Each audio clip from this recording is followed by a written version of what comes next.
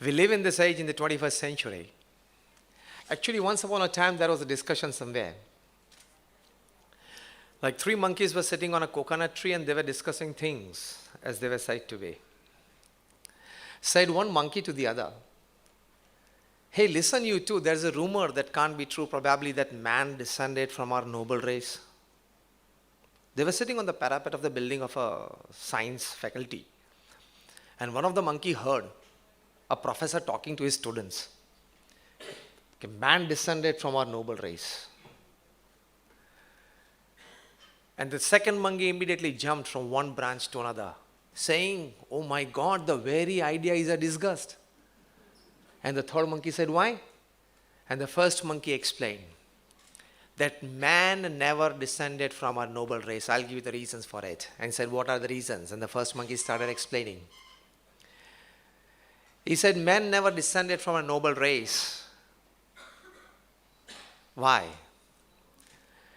He said, "There is not a single monkey who has divorced his wife and starved her babies.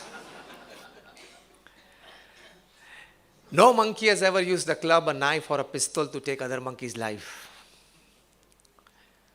And here's another thing a monk wants to get out at night and go on a stew. And we have never known a mother monk to leave aside her babies with others to bunk." The list was too long, and finally they said, "Yes, man might have descended, the ordinary caste, but brother, not from our noble race."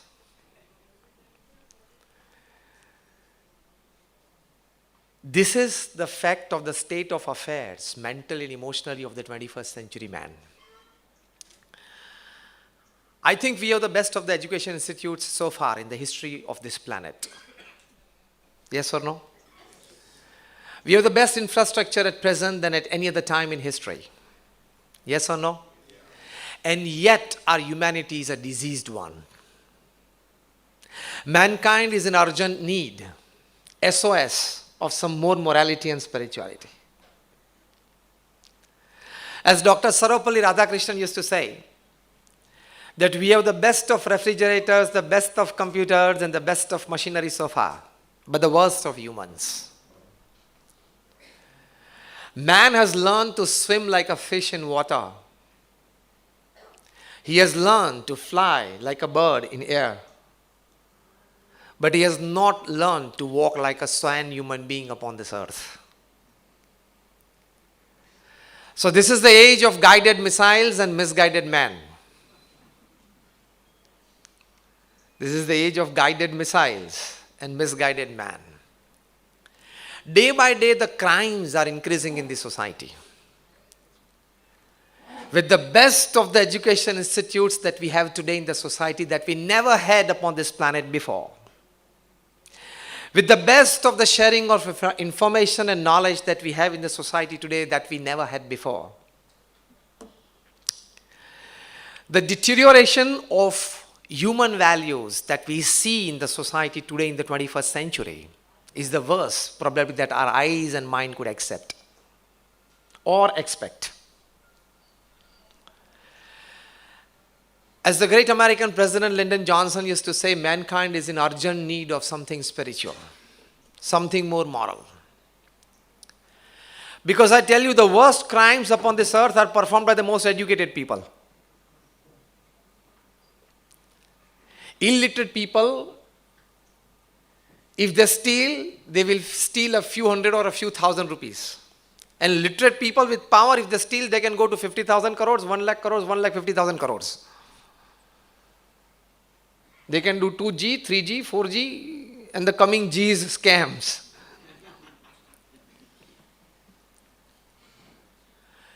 We have run behind quantities. We have forgotten qualities in life. But remember one thing, quantity fills, but you get fulfillment in life only by quality. Running behind quantities in life is living a dog life, donkey life, and a cat life, basically an animal life. They also wake up in the morning, have their morning calls, take care of their families, children. Actually, dogs and cats are more luckier than human beings. They don't have to go out 8 hours a day to earn. I don't think any donkey or any dog or cat has died because of starvation in Mumbai, is it? Yes or no? They never go out to earn, so they're more lucky than us. Wake up in the morning, enjoy, and have a carefree life. That is quantity in life. Imbibing of values in your life. Benching upon virtues in your life. An expression of a quality-filled life is ultimately total fulfillment in life. Because this is a 70 or 80-year game, you need to play well. In cricket, you need to play well in 2020, then in a test match. Our game is 80-80. 5-10 plus minus with the grace of God. We need to play it well.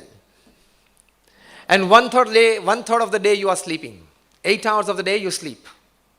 On an average, at the end of your life, you will be sleeping for 8 hours a day. 1/3 of the day you are sleeping, straight equation, directly proportional, 1/3 of the life you will sleep.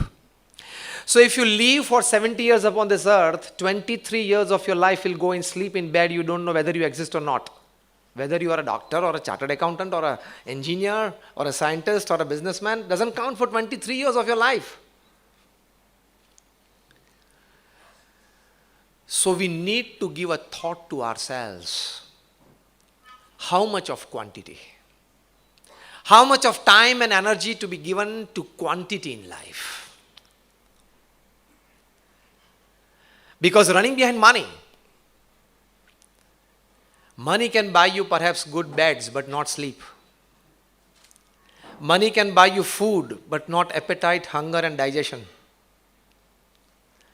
Money can buy you the best houses but can't convert it into homes. Money can buy you the best health care but not health. If there are 1,000 things that money can buy and make you happy, there are 10,000 things that money cannot buy and still you are happier with that. Rather more happier with it. You need to check out the amount of energy, the amount of time that you give behind quantity in your life and the quality in your life. The most important introspection needed today in this 21st century. If you keep on running behind quantities in life and you miss out on certain qualities, whether it is your workplace,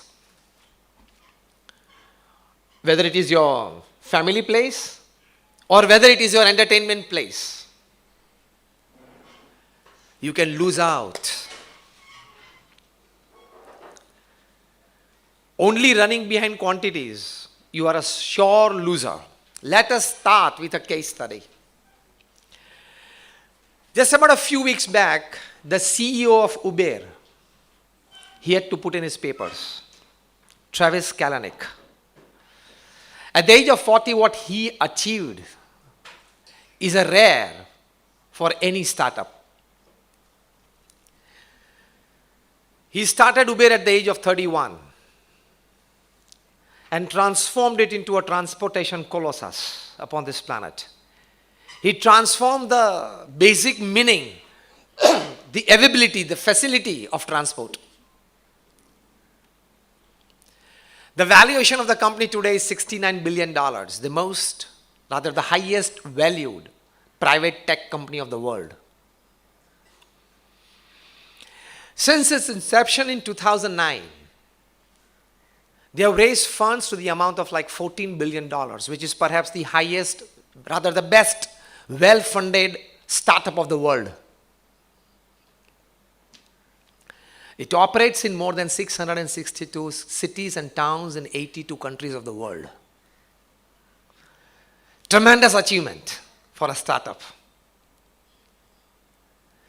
And it transformed people's thoughts when it came to movement. Now what happened there? Just a couple of months back, an ex-employee, an engineer, she exposed a typical type of work culture at Uber. This I'm talking according to the newspaper reports. There were cases of discrimination. There was an atmosphere of sexual harassment. There was probably a brush with the law enforcement. There was also a certain harsh give and take with the investors and other people, stakeholders. And from one spark, it was a wildfire. And many skeletons, they came out of the cupboard, more and more. And then the investors, they put pressure on him. He had to resign. He's on the board as a director, but in day-to-day operations, he had to resign. The principal charge is today, even the federal government of US, they have an inquiry that probably Uber used a software tool that could sidestep certain law enforcement, which is again a very big charge that probably he might have to face. Quantity was huge for any startup. In 8 years, spread out in 662 cities and 82 countries, is something beyond dream coming true. For any startup in 8 years to be valued at $69 billion is something beyond once in a lifetime, something beyond out of the heaven. Quantity, unbelievable. Losing out somewhere on qualities. I started the case study with work culture at your office places. Cases of discrimination, cases of sexual harassment, cases of law enforcement, cases of federal norms violated, many things. Ample quantity is sin. Lesser ones, minute ones, fine ones, quality is sometimes not sin, but is more important. When Enron synced, Ken Blanchard, the leading management guru, he has written a big book on this, The Rise and Fall of Enron. He said 62% of the success of any professional setup depends upon things that can be seen. Your infrastructure, system, professionalism, work, contracts, goods. 38%. Rest 62% depends upon the qualities at your workplace. We always look towards quantities. We don't look towards qualities. And this particular aspect, very less speakers would like to emphasize on this, that increasing number of sexual harassment cases at the workplace and more heads are rolling down. And I tell you that in the coming years, thousands of top class executives will lose their jobs because of this. It's going to happen. What is being reported in the newspapers is just the tip of the iceberg. More than that is deep inside. It will happen. It is happening at workplaces. According to the newspaper reports, Fanish Murthy, the person who could turn around any IT company from a debt-ridden state to a multi-million-dollar profit-making company within a couple of years. And he had done it at a couple of places. He had the knack of it. He was hired by iGate in US, and he turned that company within 1.5 years into a giant software in the Silicon Valley. Unfortunately, he developed relationships with a colleague at the workplace. And according to the US norms, if you start a relationship at your workplace, you need to report it to the top management before your first date. It is a US management law. And this gentleman, nobody, of course, Forget him. Nobody would like to report this to the top management. But if you are caught by your WhatsApp, messages, emails, whatever, then you have the hell on your head. And hell fell on his head. He had to lose his job. Nobody was ready to hire him in US. He had to leave the country, and he lost perks, bonuses, and other benefits, including some salaries to the worth of more than $45 billion. $45 million. Today, with a small startup in Bangalore,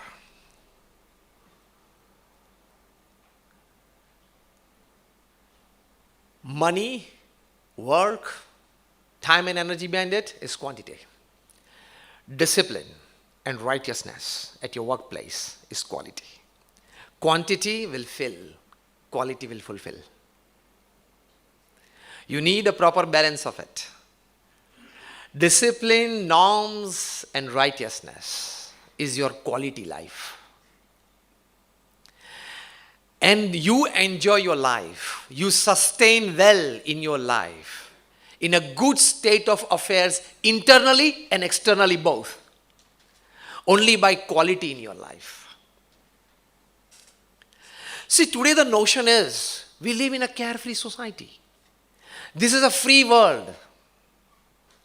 Two words popularly you might be hearing in this society. Yes or no? This is a free world. I know this is a free world. This is a carefree world. I do what I like. Okay, we are not against it. But this generation, the elder generation knows a bit better, but the younger generation, especially the millennials, need to be taught this. That you are right, that is a free world, but along with that, this is a bonded world as well. There are two worlds in everybody's life. A free world and a bonded world. Yes or no? Basically, you have three places in life. Your house, your office, and your club. Club is all your sports activities, entertainment activities, your leisure activities, everything included. You have family, work, and leisure. Agree with me? I term it in this terminology. You have house, office, and a club. Your club is your free world. But your house and your office is your bonded world. Right or wrong? So if you give 33, your 66% of life is a bonded world. And how can you say the whole world is like carefree world and is a free world? Recently, at a temple in Vadodara, I was just coming down from the temple after the evening prayers, and a youngster. And he was in his Bermuda shorts, and he was just coming up the temple. I introduced myself to him. I said, your good self. He said, this and this. I said, I think you're a student. He said, yes. What are you studying? He was doing his undergrad in management. I said, fine. And he was a smart young boy. And then he recognized something from my eyes, and he asked me, Swamiji, you introduced yourself to me, and then you started a conversation. I think that is something in your mind. I said, yes. And I felt that he's smart. This generation is. So I said, yes. I had the thought in my mind that, see, this is a temple, and you need to be dressed properly. You know, you must be here in full pants. And so I just, very openly, when he asked, I said, he immediately resounded. He said, there is nothing of this written everywhere. And this is a free world. You might write it down, some instructions here. When you're not written, you can't ask me. I said, fine, you are right. I fully agree with you. Now my question to you is, will you be able to wear the same in the board meeting at your corporate place?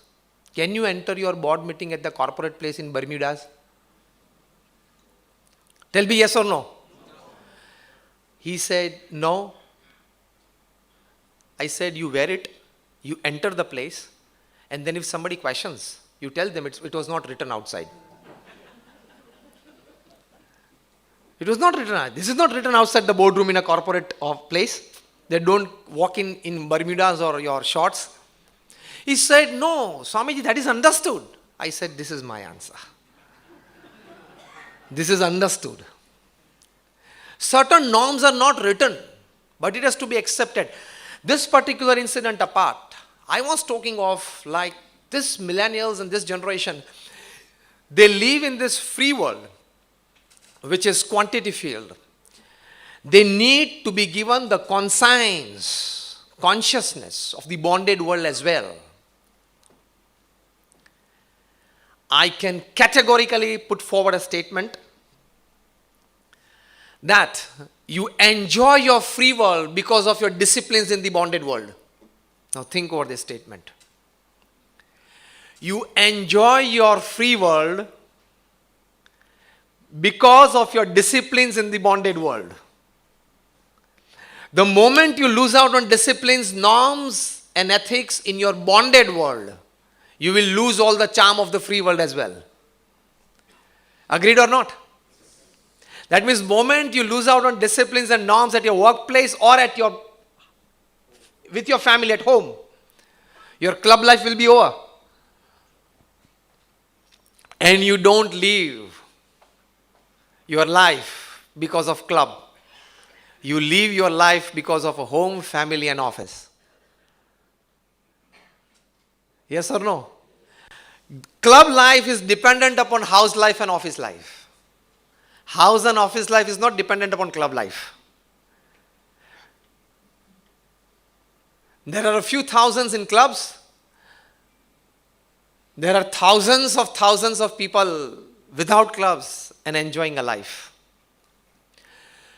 So, principally, you enjoy your free world because you are bonded with disciplines in your bonded world. Free life is quantity. It fills you. Bonded life, disciplined life, upon which entirely your free world is dependent, is quality, which fulfills you.